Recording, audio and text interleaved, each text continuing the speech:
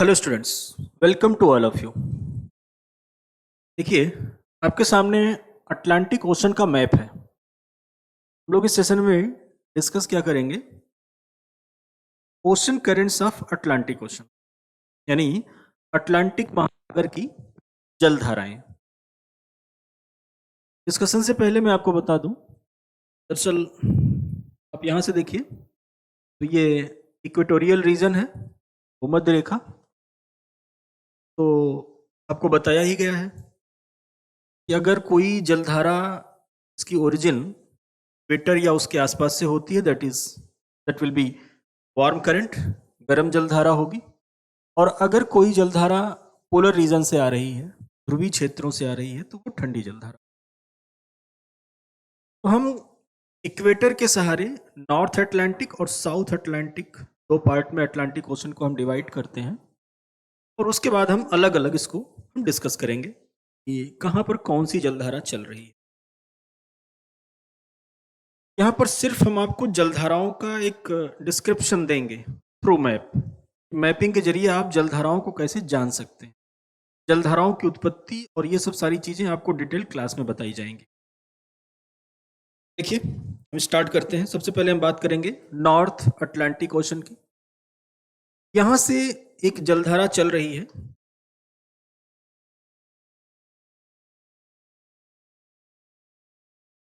ये पतला कैसे,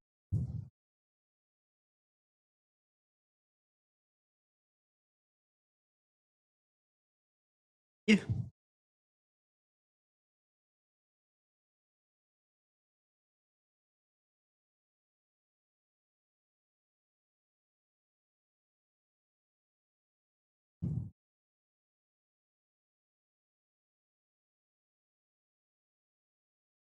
ये मैं बात आपसे कर रहा था। यहां से एक जलधारा चलनी शुरू होती है,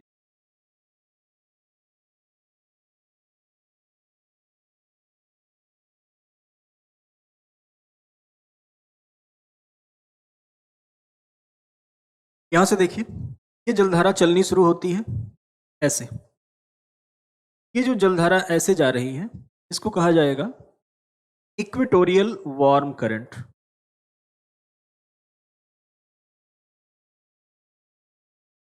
इक्वेटोरियल वार्म करंट,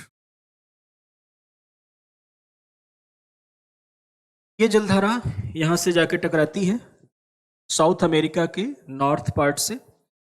यहां से जलधारा ये फिर मुड़ जाती है, और मुड़ने के बाद ये देखिए ये चली जाती है कहां पर? यहाँ कैरेबियन सागर में। अब इसका नाम यहां पर क्या हो जाएगा? Caribbean warm current.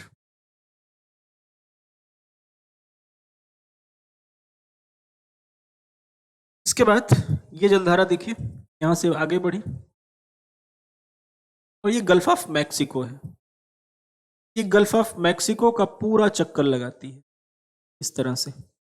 देखिए यहां पर इसको क्या कहा जाएगा? Mexico warm current.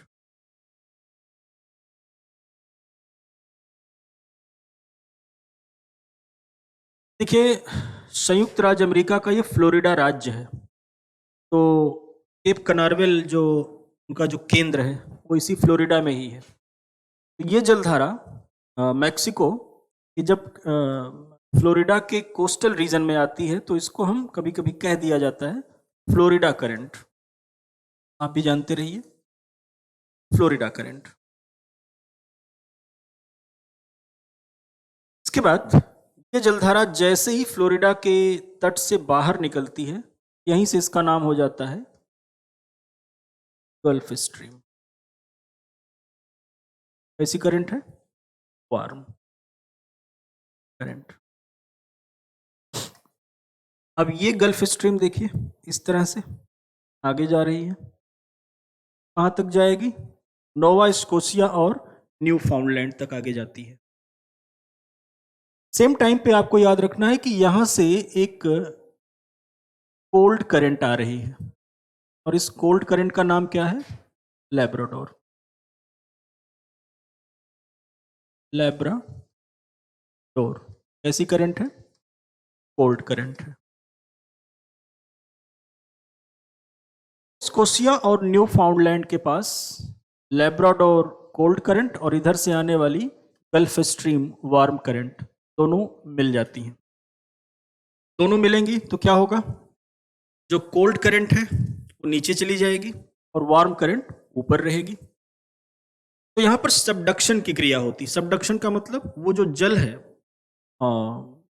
लैब्राडोर वाला वो नीचे जाएगा और महासागर के ऊपरी सतह पर किसका जल रहेगा? गल्फ स्ट्रीम की गर्म जल का करंट रहेगा। सेम टाइम पे याद ये रखना है कि ये वेस्टर्लीज का क्षेत्र है, पछुआ हवाओं का क्षेत्र है। तो पछुआ हवा क्या करती है? ये जो गल्फ स्ट्रीम का वार्म वाटर है जो सरफेस पे है उसको ये आगे बढ़ा देती है, इस तरह से आगे। यहाँ अब ये जो पूरे नॉर्थ अटलांटिक ओशन को पार करते हुए ये जल जा रहा है, इसको कहा जाता है नॉर्थ अटलांटिक वार्म करंट। ठीक है। अब ये नॉर्थ अटलांटिक वार्म करंट जो है ये यूरोप के वेस्टर्न पार्ट से जाके टकराती है। वेस्टर्न पार्ट से टकराने के बाद इसके कई हिस्से हो जाते हैं। एक हिस्सा इसका देखिए कुछ यहां से आगे बढ़ रहा है, दैट इज इरमिंगर करंट। इरमिंगर जलधारा, इरमिंगर। और कैसी जलधारा होगी इरमिंगर? गर्म जलधारा। एक पार्ट है जो यहां से निकलकर नॉर्वे, स्वीडन, फिनलैंड तक जाएगा, दैट इज नॉर्वेजियन करंट। एक पार्ट यहां से निकलकर देखिए ये फ्रांस और स्पेन का तट है, यहां तक चला आता है, दैट इज रेनेल करंट।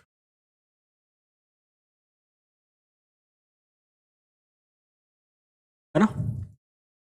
और जो शेष पार्ट होता है इसका, उस शेष पार्ट क्या करेगा?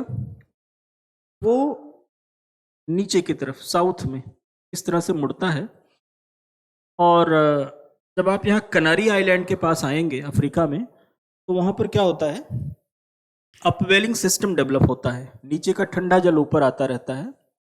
तो कनारी के पास आने के बाद ये जो गर्म जलधारा अभी तक थी, इसका स्वरूप कैसा हो जाता है? ठंडा हो जाता है। इसलिए कहा जाता है कि जो कनारी है ये कैसी करंट है? कोल्ड करंट है। और ये कनारी कोल्ड करंट और अधिक साउथ में आती है और इक्वेटोरियल वार्म करंट में मिलकर समाप्त हो। फिर से रिवाइज कर देता हूं, एक बार ध्यान से सुन लीजिए। इक्वेटर के नॉर्थ में ये जलधारा चलनी शुरू हुई, इसको कहा जाएगा इक्वेटोरियल वार्म करंट। कैसी इक्वेटोरियल है? नॉर्थ इक्वेटोरियल वार्म करंट है। ये आगे बढ़ते बढ़ते चली जाती है कैरेबियन सी में, जहां पर इसको क्या कहा जाएगा? Caribbean warm current. Caribbean warm current आगे बढ़ती है और गल्फ ऑफ मैक्सिको में चली जाती है, जहां पर इसको कहा जाता है Mexico warm current. Mexico warm current पूरे गल्फ ऑफ मैक्सिको का चक्कर लगाती है और गल्फ ऑफ मैक्सिको का चक्कर लगाने के बाद ये फ्लोरिडा के कोस्टल रीजन में आती है, जहां पर इसको कहा जाता है फ्लोरिडा वार्म करंट। जैसे मैंने आपको पहले ही बताया था कि फ्लोरिडा में ही केप कनारवेल अंतरिक्ष केंद्र है संयुक्त राज्य अमेरिका का। फ्लोरिडा के कोस्टल रीजन से जैसे ही ये करंट बाहर निकलती है, इसका नाम हो जाता है गल्फ स्ट्रीम। गल्फ स्ट्रीम के बारे में एक और चीज ध्यान रखिएगा, महासागरों में जितनी भी जलधाराएं चलती हैं, सबसे तेज गति से, सबसे तेज स्पीड से चलने वाली जलधारा गल्फ स्ट्रीम होती है। गल्फ स्ट्रीम जो करंट है ये यूनाइटेड स्टेट्स ऑफ अमेरिका के ईस्टर्न पार्ट में साउथ से नॉर्थ की तरफ चलती है और पूरे कोस्टल रीजन में ये चक्कर लगाते लगाते पहुंचती है नोवा स्कोशिया और न्यू फाउंडलैंड आइलैंड के पास। सेम टाइम पे याद रखना है, लैब्राडोर कोल्ड करंट ग्रीनलैंड के पश्चिमी भाग से उत्तर से दक्षिण, from north to south direction में आ रही है। गल्फ स्ट्रीम वार्म करंट और लैब्राडोर कोल्ड करंट दोनों मिलती हैं नोवा स्कोशिया और न्यू फाउंडलैंड के पास में। नोवा स्कोशिया और न्यू फाउंडलैंड के पास इन दोनों के मिलने से क्या होता है कि ठंडा जल नीचे बैठ जाता है और गर्म जल आगे बढ़ जाता है। और आगे बढ़ाने का काम कौन करता है? ये वेस्टर्लीज करती हैं, पछुआ हवाएं करती हैं। दरअसल ये 45 से 50 डिग्री नॉर्थ लैटिट्यूड्स का क्षेत्र है, तो यहाँ पर पछुआ हवाएं वेस्टर्लीज बहुत तेज गति से चल रही होती हैं। तो गल्फ स्ट्रीम का जो गर्म जल है वो सी सरफेस पे रहता है और हवाएं उस सी सरफेस वाटर को धक्का देते हुए पुश फैक्टर के द्वारा वो आगे बढ़ा देती हैं। यही जो गल्फ स्ट्रीम का वार्म वाटर है ये पूरे नॉर्थ अटलांटिक ओशन को पार करता हुआ पहुंचता है वेस्टर्न यूरोप को। तो नॉर्थ अटलांटिक ओशन को जब ये पार कर रहा है तब इसका नाम होता है नॉर्थ अटलांटिक वार्म करंट, उत्तरी अटलांटिक महासागर की गर्म जलधारा। वेस्टर्न यूरोप पर पहुंचने के बाद इसके कई पार्ट होते हैं। जैसे एक पार्ट आइसलैंड देखिए है, तो आइसलैंड के साउथ पार्ट से, आइसलैंड के दक्षिणी भाग से होते हुए एक जलधारा चली जाती है जिसको कहा जाता है इरमिंगर की जलधारा, इरमिंगर वार्म करंट। एक जलधारा है जो नॉर्वेजियन, जो नॉर्वे, स्वीडन, फिनलैंड देश हैं वहां तक चली जाती है जिसको कहा जाता है नॉर्वेजियन सागर, नॉर्वेजियन ओशन वार्म करंट। और एक जलधारा यानी इसका एक पार्ट जो है वो चले आता है फ्रांस और स्पेन के कोस्टल रीजन में जिसको कहा जाता है रेनल वार्म करंट। और उसका जो शेष पार्ट होता है वो साउथ की तरफ मुड़ जाता है और साउथ की तरफ मुड़ते हुए from north to south direction में, उत्तर से दक्षिण दिशा में आगे बढ़ता है और आगे बढ़ते बढ़ते पहुंचता है कनारी आइलैंड के पास। कनारी आइलैंड के पास नीचे से ठंडा जल अपवेलिंग सिस्टम के रूप में जल ठंडा ऊपर आ रहा है। तो ये जो जलधारा अभी तक गर्म थी, जैसे जैसे आगे बढ़ती है धीरे धीरे ठंडी होती जाती है। इसलिए कनारी जो है, कनारी की जो जलधारा है इसको हम कोल्ड करंट कहते हैं, कोल्ड ठंडी जलधारा कहते हैं। और ये जलधारा फिर और थोड़ा साउथ में जाती है और इक्वेटोरियल वार्म करंट में मिलके ये समाप्त हो जाती है। सेम टाइम पे एक चीज और ध्यान रखिएगा, ग्रीनलैंड के पूर्वी भाग से भी एक जलधारा आ रही है जिसको कहा जाता है ईस्टर्न ग्रीनलैंड कोल्ड करंट, यानी पूर्वी ग्रीनलैंड की ठंडी जलधारा। कई बार आपसे प्रश्न पूछा जाता है ग्रांड बैंक। तो ग्रांड बैंक देखिए यही स्थान है नोवा स्कोशिया और न्यू फाउंडलैंड के पास, जहां पर कि गल्फ स्ट्रीम का गर्म जल और लेब्राडोर का ठंडा जल, लेब्राडोर एक कोल्ड करंट है और गल्फ स्ट्रीम एक वार्म करंट है, दोनों मिलती हैं। तो वहीं पर ग्रांड बैंक, ग्रांड बैंक क्या है? एक मत्स्य उत्पादक क्षेत्र है नोवा स्कोशिया और न्यू फाउंडलैंड आइलैंड के पास। जाहिर सी बात है, जैसे आप बाथरूम में नहाते हैं, जब ठंडे और गर्म जल को एक साथ मिक्स करते हैं तो वाटर का टेम्परेचर बड़ा फेवरेबल हो जाता है, आपको नहाने में अच्छा लगता है। तो ऐसे ही जब यहाँ पर गल्फ स्ट्रीम का गर्म जल और लेब्राडोर से आने वाला ठंडा जल दोनों मिलते हैं तो वाटर का जो टेम्परेचर है ये मछलियों के लिए बड़ा अच्छा होता है। तो मछलियाँ यहाँ पर खूब इकट्ठा होती हैं। यहाँ पर ठंडे और गर्म जल के मिलने से कुहासा भी रहता है। ठंडे और गर्म जल के वातावरण के कारण यहाँ पर खूब मछलियों के खाने लायक पोषक तत्व यहाँ पर मिलते हैं। घासें यहाँ पर खूब डेवलप होती हैं, इसकी वजह से यहाँ पर मत्स्य उद्योग यानी मछलियाँ खूब पकड़ी जाती हैं। दैट इज इसको कहा जाता है ग्रांड बैंक। तो ये तो है नॉर्थ अटलांटिक ओशन की करंट्स। अब इसमें जो हम सिर्फ दो तीन चीजें बता देते हैं, आपको स्पष्ट हो जाएगा। इसमें कोल्ड करंट दो ही हैं। कोल्ड करंट एक तो लेब्राडोर कोल्ड करंट है और दूसरा ईस्ट ग्रीनलैंड कोल्ड करंट है और तीसरी जो कोल्ड करंट है that is Canary cold current. तो आप इतना बस ध्यान रखिएगा कि उत्तरी अटलांटिक महासागर में, नॉर्थ अटलांटिक ओशन में there are three cold currents. The first one is Labrador, second is eastern Greenland cold current, पूर्वी ग्रीनलैंड की ठंडी जलधारा, और तीसरी जो ठंडी जलधारा है that is Canary cold current, Canary की ठंडी जलधारा है जो कि यहाँ अफ्रीका के पश्चिमी तट पर प्रवाहित हो रही है। बात करते हैं हम साउथ अटलांटिक ओशन की। साउथ अटलांटिक ओशन में भी देखिए जलधारा कुछ इस तरह से आगे बढ़ेगी। तो अब ये भी जलधारा चूंकि इक्वेटर के पास इसकी ओरिजिन हो रही है तो ये गर्म होगी। क्या कहा जाएगा इसको? इसको कहा जाएगा south equatorial warm current. South equatorial warm current. South equatorial warm current ये ब्राजील के कोस्टल रीजन से जाके टकराती है और यहाँ से इसका जो दक्षिण वाला पार्ट है वो कुछ इस तरह से मुड़ जाता है। जैसे ही ये मुड़ के आगे बढ़ता है और कुछ इस तरह से ये अर्जेंटीना आदि की तरफ जाता है, तो इसको कहा जाता है ब्राज़ील वार्म करंट, यानी ब्राज़ील की गर्म जलधारा। सेम टाइम पे आपको याद रखना होगा, अ, यहाँ पे आप देखिए,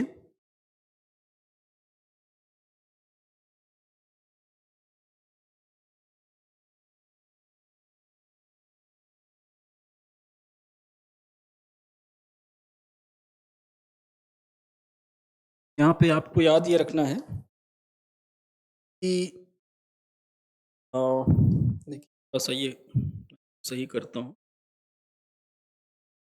ये यहाँ से आगे बढ़ रही है, that is Brazilian warm current, Brazil warm current. यहाँ से एक जलधारा आती है दक्षिण से उत्तर की तरफ, ये देखिए, इसको कहा जाता है फॉकलैंड। फॉकलैंड, लेकिन कैसी करंट है ये? ये कोल्ड करंट है, फॉकलैंड। और ये फॉकलैंड जो करंट है, ये आती है पैसिफिक ओशन से होते हुए। और ये देखिए, ये साउथ अमेरिका में टेरा डेल फ्यूगो है, थोड़ा-सा हिस्सा मुड़ा हुआ है, तो वहाँ से ये जलधारा मुड़ के फ्रॉम साउथ टू नॉर्थ इस डायरेक्शन में आगे बढ़ती है। और ये ब्राज़ीलियन करंट और फॉकलैंड कोल्ड करंट दोनों मिलती हैं। अब जैसे आप यहाँ पर देखे थे कि 45 टू 50 डिग्री नॉर्थ लैटिट्यूड्स जो एरिया है, ये पछुआ हवाओं का क्षेत्र है। तो ऐसे ही साउथ हेमिस्फीयर में भी होगा कि जब आप 45 या 50 या 55 डिग्री पे पहुँचेंगे, तो यहाँ पर पछुआ हवाएं खूब तेज़ी से चलेंगी, वेस्टर्लीज जिसको कहा जाता है। और आपको ये भी पता ही है कि वेस्टर्लीज नॉर्थ हेमिस्फीयर में तो थोड़ी मंद गति से चलती हैं, लेकिन साउथ हेमिस्फीयर में इनकी गति ज़्यादा हो जाती है, क्योंकि साउथ हेमिस्फीयर में आप देखिए पूरा वाटर पार्ट है, तो पछुआ हवाओं के रास्ते में, उनके मार्ग में कोई अवरोध नहीं होता। तो अब यहाँ पर भी वही चीज़ होगी, फॉकलैंड की ठंडी जलधारा का जल नीचे बैठ जाएगा और ब्राज़ीलियन जो वार्म करंट है उसका जल ऊपर ही रहेगा इस सरफेस पे। और पछुआ हवा क्या करेगी, उस वार्म करंट के जल को ये इस तरह से आगे बढ़ा देगी पश्चिम से पूरब दिशा में। लेकिन ध्यान रखिएगा, अब सेम टाइम पे बहुत बार आप गलतियां करते हो कि इसी जगह पर आप देखिए तो यहाँ पर ये एक वार्म करंट है, north Atlantic ocean warm current, sorry, north Atlantic ocean warm current. लेकिन यहाँ पर ये जो साउथ अटलांटिक रीजन है, लगभग आपके दिमाग में यही चल रहा होगा कि ये भी वार्म ही होगा, लेकिन ये वार्म करंट नहीं है, बल्कि ये क्या है, ये कोल्ड करंट है। उसका नाम क्या है? इसको कहा जाता है south Atlantic ocean cold current. आप ये प्रश्न कर सकते हैं, ऐसा क्यों है? ये जो एरिया आप देख रहे हैं, ये जब आप अक्षांश और देशांतरों को देखेंगे, तो ये पोलर रीजन से थोड़ा दूर है, नॉर्थ हेमिस्फीयर वाला जो पार्ट है। लेकिन आप यहाँ पर देखिए तो आप अंटार्कटिका के काफ़ी नज़दीक हैं। इसलिए ये जो ब्राज़ीलियन जो वार्म करंट है, जैसे-जैसे ये उत्तर से दक्षिण दिशा में आगे बढ़ती है, तो धीरे-धीरे ठंडी होती रहती है, क्योंकि अंटार्कटिका का ठंडा जल रास्ते में आता रहता है और उसको धीरे-धीरे ठंडा करता रहता है। तो जैसे मैंने आपसे बताया कि पछुआ हवाएँ इसको पश्चिम से पूर्व दिशा में आगे बढ़ा देंगी और ये देखिए, ये जाके अफ्रीका के तट से टकराती है, साउथ अफ्रीका। वहाँ से इसके 2 पार्ट होते हैं। एक पार्ट चला जाता है इंडियन ओशन में और दूसरा पार्ट चला जाता है, देखिए इस तरह से, और इसको कहा जाता है बेंगुला, बेंगुला की बेंगुला। लेकिन करंट कैसी होगी? कोल्ड करंट होगी, बेंगुला कोल्ड करंट। ध्यान ये रखना है आपको, दरअसल एक जलधारा है जो बार-बार आपको कन्फ्यूज़ करती है और वो जलधारा होती है किनी की जलधारा। किनी की जलधारा का जो रीज़न है, ध्यान रखेंगे, दरअसल होता ये है कि जब जलधारा चल रही है इक्वेटर से, एक तो ये इस तरह से इक्वेटर के नॉर्थ में चल रही है और दूसरा इक्वेटर के साउथ में चल रही है।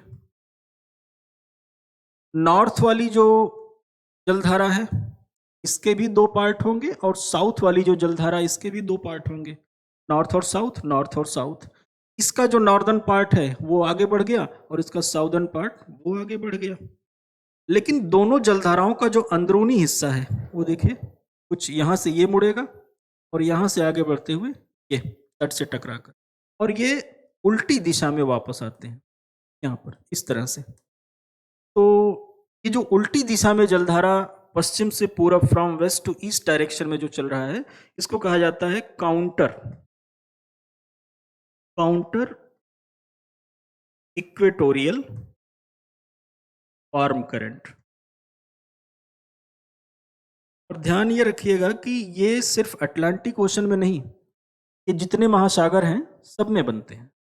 ये जो गिनी है ना, गिनी देश यही पड़ता है। तो ये जो काउंटर इक्वेटोरियल करंट है, हिंदी में कहते हैं इसको प्रतिविषुवत रेखीय गर्म जलधारा। तो ये काउंटर इक्वेटोरियल करंट, प्रतिविषुवत रेखीय जलधारा, कुछ दूरी तक ये गिनी के तट पर प्रवाहित होती है और इसी को फिर कहा जाता है गिनी की जलधारा, गिनी करंट, है ना। तो कभी भी अगर ये आवे कि गिनी करंट क्या है, Guinea current is a warm current. Guinea कैसी जलधारा है? गर्म जलधारा है।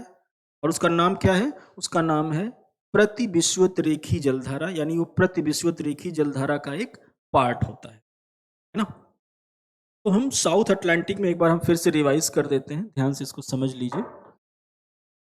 ये देखिए इक्वेटर है, इक्वेटर के साउथ में यहाँ से equatorial south equatorial warm current चलनी शुरू हुई, ब्राजील के तट से टकराई, यहाँ से ये जलधारा दक्षिण में गई। तो ये तो हुआ साउथ इक्वेटोरियल वार्म करंट, यानी दक्षिणी विषुवत रेखीय गर्म जलधारा।